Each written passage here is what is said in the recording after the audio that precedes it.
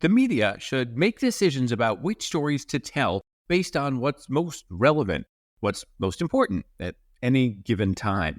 But often, inside newsrooms, those decisions are based on something else, how it will make the news agencies themselves look.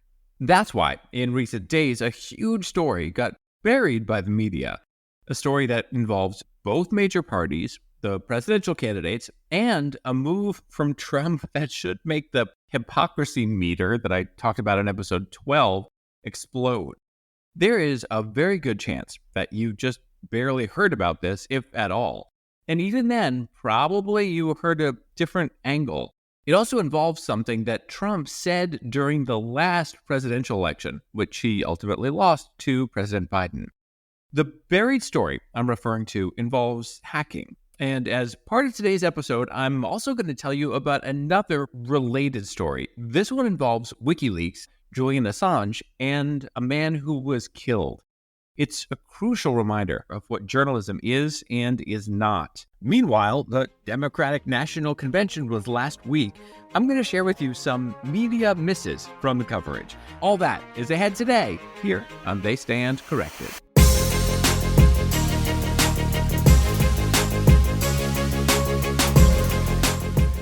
Hello and welcome. I'm Josh Lebs. This is my podcast, They Stand Corrected, which fact-checks the news. You might know this, but quick version, I spent 20 years inside the mainstream media, 10 on NPR, 10 on CNN, and I became a fact-checker on air and online.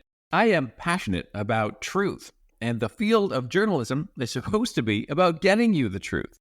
And when you love something, when you're passionate about something, you can't stand to see it fail. The problems that are preventing the media from giving you the truth and nothing but the truth, these are things that we need to tackle. I'm committed to tackling them. And this show is all about empowering you with the truth and with steps to fix the media. With each episode, I send out a newsletter packed with links and images and lots more stuff. That's free.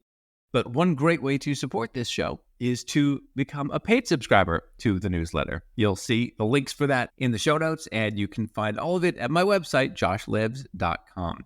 I also have exclusive content just for paid subscribers. Those of you who have signed up to support, you will now receive something that I put together about how to access just about any news article for free legally. That's right. In fact, it's something that these news agencies choose to take part in. It is, of course, good to support news agencies you believe in, but you can't possibly pay for all of them. I'll just give you an example. I canceled my subscription to the New York Times last year after they rehired a quote-unquote journalist in Gaza who openly praises Hitler. That was just the last straw for me. But I can easily access any article in the New York Times for free. And that kind of thing is helpful to me because I am able to keep tabs on what lots of media are doing. Anyway, paid subscribers, go for that. And for everyone else, here's what I encourage you to think about. How much money do you spend each month on subscriptions? Now imagine if you could get that content for free thanks to a trick that you learn about from becoming a paid subscriber to my newsletter. See, I'm all about making sure you come out ahead. This is the 21st episode, and today I'm going to focus on something that happened recently. Now, you might have heard a quick take on this in the media. Investigators say Iran tried to hack both the Trump campaign and what was then the Biden campaign. And apparently, while the Biden campaign did not fall prey to this attack, the Trump campaign did. And then someone with hacked materials offered them to certain news outlets. Here's an AP report about this. Just so you know, the AP puts some music behind these reports. The New York Times, The Washington Post, and Politico were leaked confidential material from inside the Donald Trump campaign. This included reports on Trump's running mate, J.D. Vance. But the three news outlets chose not to publish the material, instead talking about it in broad terms. That's right. The same news agencies that went wild over emails from inside the Hillary Clinton campaign in 2016 have suddenly decided to be silent now. Some people have pointed out the media hypocrisy here. One of them is Neera Tanden, who is currently an official in the Biden administration and was with Clinton's campaign in 2016. Her emails were among those hacked at the time that the media reported on. She tweeted this, quote, "Seriously, the double standard here is incredible. For all the yapping on interviews, it would be great for people making these decisions to be accountable to the public. Do they now admit they were wrong in 2016? Or is the rule hacked materials are only used when it hurts Dems? There's no in between. So, why did the media reverse course here? Is it that they've learned lessons? The Washington Post's executive editor, Matt Murray, gave a quote to the Post for a story about the media doing this. Here's a clip from that story. This episode probably reflects that news organizations aren't going to snap at any hack that comes in and is marked as exclusive or inside dope and publish it for the sake of publishing, said Matt Murray, executive editor of the Post. Instead, all of the news organizations in this case took a deep breath and paused and thought about who was likely to be leaking the documents, what the motives of the hacker might have been, and whether this was truly newsworthy or not. Well, that's nice. Better super late than never, I guess. That same story also has a quote from NPR public editor Kelly McBride. Before 2016, the general thinking was that even with hacked materials, if there's something interesting in there, then of course you're going to report it. But with foreign state actors increasingly getting involved, it just feels dicier for news organizations to make the decision, because you don't want to be helping another country undermine our democracy, McBride said. The motivations don't have to be pure, but it can't be to undermine the stability of the entire country, she added. She also said journalists' primary loyalty is to their audience and to giving them the information they want and need. She's not exactly right about that. The role of journalism is not to give people the information they want. They might want private details of your life or something, but who cares? That's not the public's business. But need in order to participate in a democracy, for example, based on truth. Yes. And as I say all the time, truth requires two things: facts plus context. Actually, a listener sent me a note that I should have a t-shirt that says that on it. We'll see. For now, we have bumper stickers and QR code stickers for the show. You can get those, actually. Check out the show notes or the newsletter. This argument from the media that basically they now think you actually should be careful about sharing hacked materials. It would be a lot more meaningful if they had decided to stop reporting on the stuff from the Clinton campaign 2 election cycles ago. I looked to see what some of the latest reporting is about that. There's actually a story at cbsnews.com that discusses some of these emails. It says that story was updated in June of this year. I can't tell what they actually updated there because the information still seems like it was from back then. I've asked, but I've not heard back yet. Anyway, even those old stories don't have notes at the top now or anywhere saying, hey, since this time we have learned that reporting on hacked materials to help Russia meddle in our election, maybe not such a great thing to do, and we regret the role we played at the time. None of that. Those stories are still very much alive. So it's not like, well, this just happened all these years ago and now we're making a different decision. That information is still out there. And I'm not saying they should pull it, but if they've learned lessons and decided that this is not what they should be reporting on, they could go back and put notes about that and what they've learned. And here is where we get into another argument. The Trump campaign has been trying to argue that the stuff in this latest hack isn't really that interesting, that it's publicly available materials about J.D. Vance that the Trump team and Trump himself had considered when selecting a running mate, like Vance's long history of saying that Trump was so awful and that he could be America's Hitler, his words. All this stuff is what J.D. Vance said before he realized that climbing on the Trump train could help him get power. So he sold out his beliefs and bent over backwards, or in whatever direction, to become the ultimate Trumpist. We have not seen the hacked materials, but the reports say that they are about the vetting of Vance. That is at least as interesting as just about anything that was in those Clinton emails. Think back. If you recall the WikiLeaks Russia Clinton email hack, was literally anything in those emails actually interesting? It was like people assessing strengths and weaknesses and having normal conversations in the exhausting, high-stakes, high-pressure world of a presidential campaign. Some activists and media tried to play up the fact that some people in the Democratic establishment were clearly not big fans of Bernie Sanders. Of course they weren't. He is not a Democrat. He does this thing with the Senate races in Vermont where he runs in the Democratic primary in order to avoid having a Democratic challenger, and then drops right back out of the party and becomes an independent again, which is allowed under the rules, and that's what he wants to do. Fine. But it's not shocking that someone who is not part of the Democratic Party and working to build the Democratic Party would therefore not have a lot of support inside the Democratic Party. Obviously, everyone has to follow the rules, and if there's a rule broken, then okay, get that fixed. But when you think about it, was anything interesting in those emails? But the media went wild over them anyway, playing up this whole idea that there must be something salacious because they're talking about it. Anyway, the media is making this decision this time. But as I said at the top, there is a whole other angle here that's not getting the attention it deserves. In fact, in the news cycle, it's pretty much been erased. This angle is, well, I'll tell you right after this break.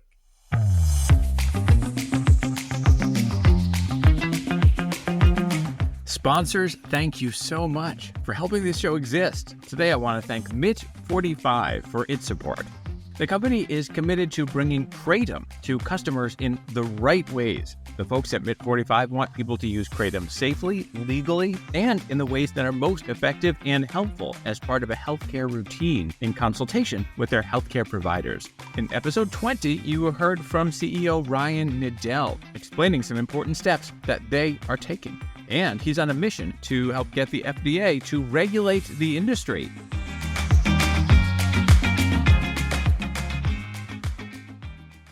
And we're back. There is a more pressing angle about this hack that investigators say was carried out by Iran. And that angle is Trump's hypocrisy. To her credit, Rachel Maddow did point this out. She noted that it's a good thing that the Trump campaign has said it doesn't want material hacked by a foreign government to be released. Foreign interference in any American election is bad. And every American, and certainly every American campaign, should not only be against it, they should insist that no one try to benefit from this, that no one try to engage with this kind of thing at all, that nobody invite this, praise it, reference what has been taken in this kind of a campaign. I mean, the Trump campaign is insisting that nobody should do that, which for them is awkward. Now, this just came out. WikiLeaks. I love WikiLeaks. Her show then had this montage of Trump talking about those hacked materials nonstop. The WikiLeaks revelations. They got it all down, folks. WikiLeaks. Russia, if you're listening, I hope you're able to find the 30,000 emails that are missing. I think you will probably be rewarded mightily by our press. One thing Trump does know, or at least did at the time, is what the media would have a field day over. A question to you. Have you heard or seen any stories in which the Trump campaign has been challenged on its hypocrisy here? A statement from the Trump campaign about this said, quote, "Any media or news outlet reprinting documents or internal communications are doing the bidding of America's enemies and doing exactly what they want." Nick Merrill was a spokesman for Clinton's 2016 campaign. He has weighed in on this. The AP quoted him saying this about Trump's team, quote, "In addition to the characteristic hypocrisy, they just spent 3 weeks trying to explain they're not weird.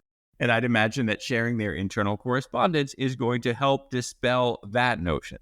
He did not call for this stuff to be released publicly, but he wrote, quote, "A precedent has been set here. I'm not passing judgment on it." People are used to extreme hypocrisy from Trump and his team, but that doesn't make this any less of a story. How has this not been one of the biggest stories? Trump, yet again, taking the exact opposite stance from the one he has taken in the past. How are you not being presented with this? And it's not just what he said in 2016. In the last presidential election, when he was running against Biden, even then, he told ABC that he still didn't think he should have to call the FBI if he got materials on his opponent from a foreign government. You don't call the FBI. You throw somebody out of your office. You do whatever you do. Al Gore got a stolen briefing book. He called the FBI. Well, that's different. A stolen briefing book. This isn't a stolen. This is somebody that said, we have information on your opponent. Oh, let me call the FBI. Give me a break. And then George Stephanopoulos asked if he was offered this kind of material from Russia or China, would he accept it? If somebody called from a country, Norway, we have information on your opponent. Oh, I think I'd want to hear it. You want that kind of interference in our elections? It's not an interference. They have information. I think I'd take it. If I thought there was something wrong, I'd go maybe to the FBI if I thought there was something wrong. If he thought there was something wrong. I know I can't see you right now, but raise your hand if you heard this in any of the recent reporting, that just in the last election, Trump said he would check out these kinds of documents and not necessarily call the FBI. If you're driving as you listen to me, I'm not worried about you having a hand off the wheel because it's incredibly unlikely that you raised your hand because the stories did not point this out. So, why not? Why has the media been burying this? Why hasn't Trump's hypocrisy on this been the lead story? After all, how can any voter trust a president who reverses himself on everything? This is a guy who had private email servers being used by people in his administration after making Hillary's use of private email servers the big attack line of his 2016 campaign. Why is this latest story not getting the prominence it deserves? The answer is simple. The media don't want to bring more attention to it, because that will bring attention to them and their reversal, their hypocrisy. Touching on it as a story, saying relatively quietly, here's why we made a different decision this time. That is a way to be able to say later on, oh, see, no, we did explain. See, we did this story. But they don't want to draw attention to it because it will put media failure in the spotlight. There's no editorial reason that this story is being buried. The reason is a PR move for the news agencies themselves. It's their reputations on the line. You're just not supposed to do that. Journalism is a service profession, like being a doctor. You do what the patient needs, not what will make you look good. I mentioned at the top that there's also something that needs to be said about WikiLeaks and Julian Assange. It involves the heartbreaking death of a young man. That is right after this quick break.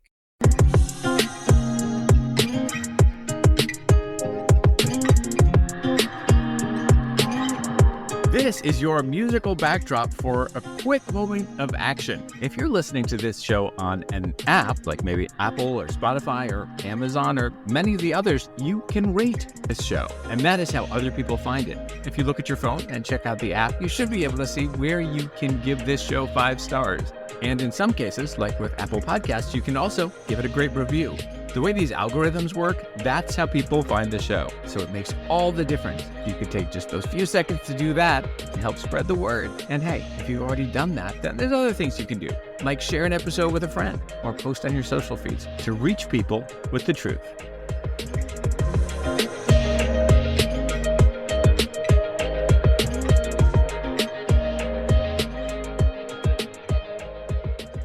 A couple months ago, Julian Assange entered a guilty plea in court. It was to a felony charge of conspiracy to obtain and disclose national defense information.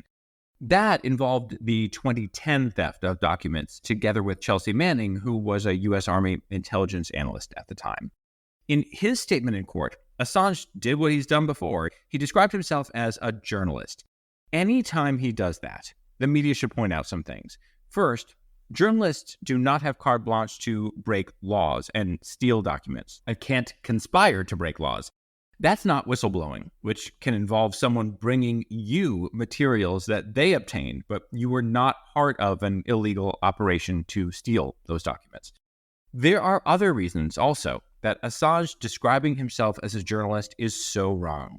In 2016, he worked to help Russia meddle in the U.S. elections, and that is never the role of journalism. But there's something else that you might not know that he did. There was a 27-year-old named Seth Rich. The name might sound familiar to you. He was from Omaha, Nebraska, and had moved to the D.C. area. He was working with the Democratic National Committee. He was in D.C., and one night he was killed in what may have been a botched robbery. Unfortunately, as I'm sure you know, that is not some wild, unheard of thing. It happens. But bad actors took this horrible killing and tried to use it in a disgusting way. It just so happened that at the time, Assange and some other people wanted desperately to hide the fact that the stolen documents involving the Clinton campaign had come from Russia. Assange didn't want anyone to know that, and he was actively trying to cover for Russia. Some people decided to create a myth that this young guy, Seth Rich, was somehow the source of the leak and that he was killed for it. Conspiracy theories then took off, with people saying Democrats had him killed or whatever, none of which made any sense. For the record, he had a job in the committee helping work to expand voting rights. His LinkedIn said, quote, "I have an enormous interest in public service and working towards making the world a better place." Julian Assange actively worked to fuel the idea that this guy was the source of this leak, trashing this guy's memory and using him for his own purposes. Here was Assange talking to a Dutch TV news program, NewsHour. Whistleblowers go to significant efforts to get us material and often very significant risks. As a 27-year-old works for the DNC, who was shot in the back, murdered just 2 weeks ago for unknown reasons as he was walking down the street in Washington. So that was just a robbery, I believe, wasn't it? No, there's no finding. So what are you suggesting? What are you suggesting? I'm suggesting that our sources take risks, and they become concerned to see things occurring. He even specifically used this guy's name. But it's quite something to suggest a murder. That's basically what you're doing. Well, that others have suggested that. We are investigating to understand what happened in that situation with Seth Rich. No, they were not investigating to see if Seth Rich had had anything to do with the leak, because they knew he didn't, because they knew it was Russia. Here's something important for you to know. Journalists cannot lie about sources. Journalists can protect the identity of sources, but cannot lie or try to mislead you about who these sources are. When you have an anonymous source for anything, you need to provide your audience with a reason that they require anonymity and any identifying details that they are willing to provide. You can never lie or try to mislead people into believing something false, which is what he did there.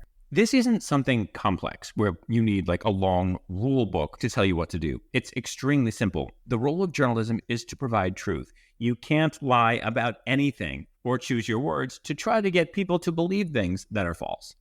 And this behavior has real consequences. Seth Rich's parents took legal action against Fox News for fueling these awful conspiracy theories. They ended up settling out of court. They had to find ways to try to keep their own locations secret because crazy Trump people believe that they have proof that this was some sort of conspiracy and want to find ways to get the quote-unquote proof from them.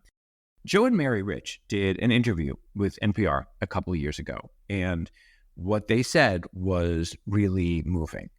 Here's a clip from that. In Jewish tradition, babies are often named after loved ones who have died. And Seth would have been so proud to have a child named for him. Mary Rich says that won't happen in her family for generations. If you had the name Seth Rich, you would be harassed all through your lifetime. Even if you were a baby and didn't know crap about any of this, you would endure the harassment. Julian Assange, if you're listening, you have no right to call yourself a journalist. Coming up, a quick look at a media misstep from this year's Democratic National Convention.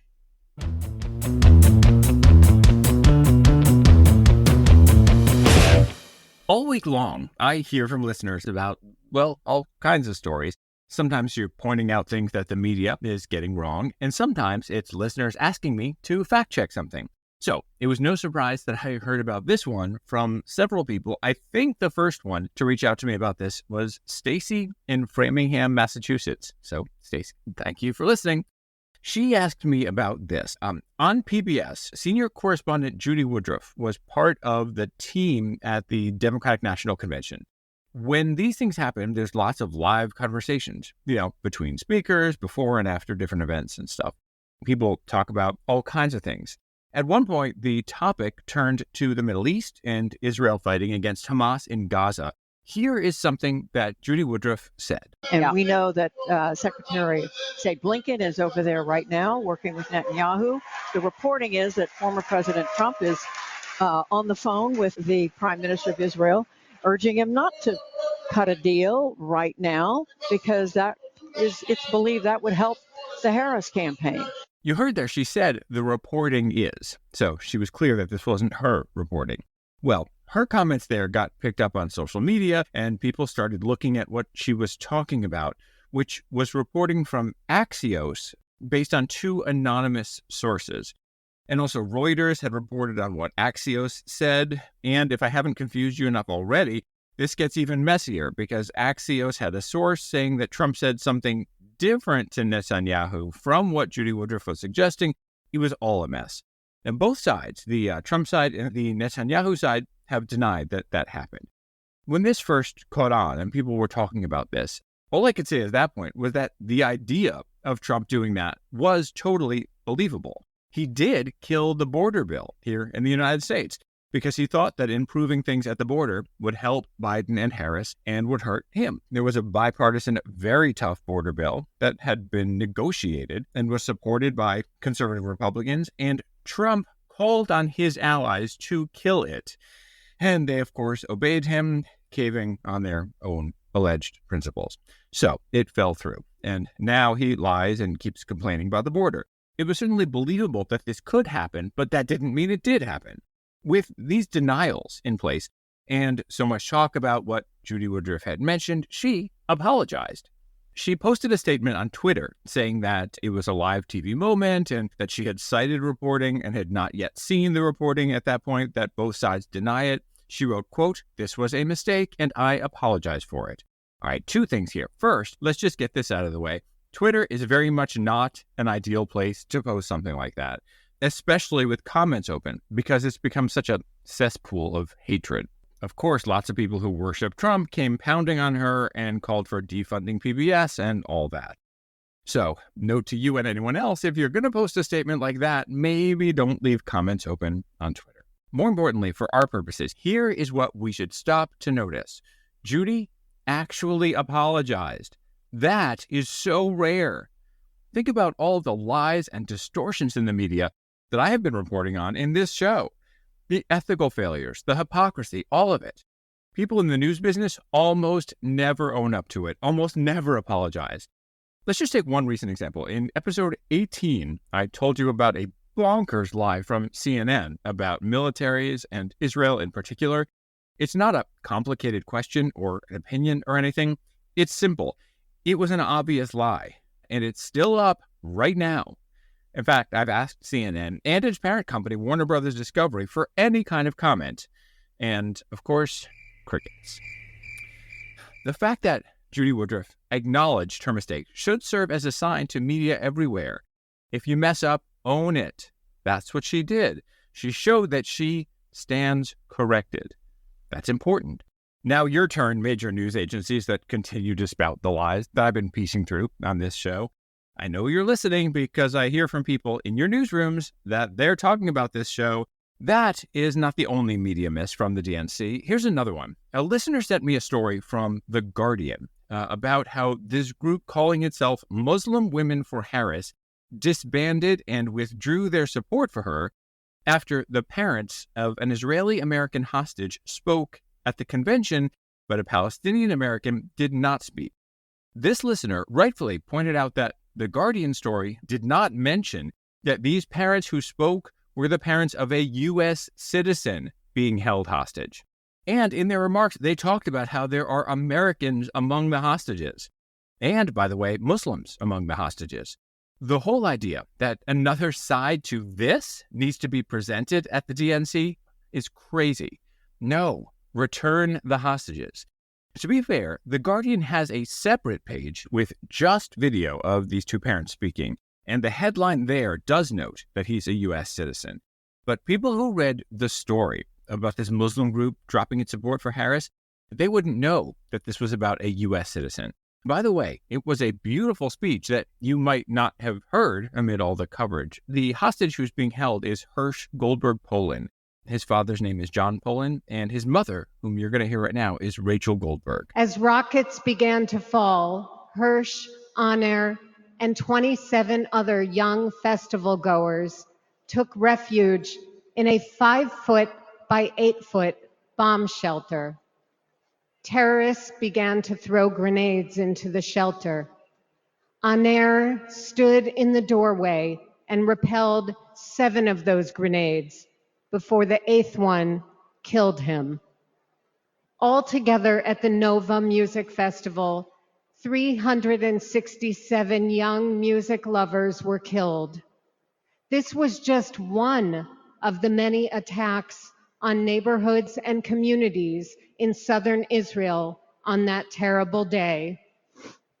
In total, 1,200 were killed, including 45 Americans. Hirsch's left forearm, his dominant arm, was blown off before he was loaded onto a pickup truck and stolen from his life. The crowd at the DNC also chanted, "Bring them home," which was beautiful.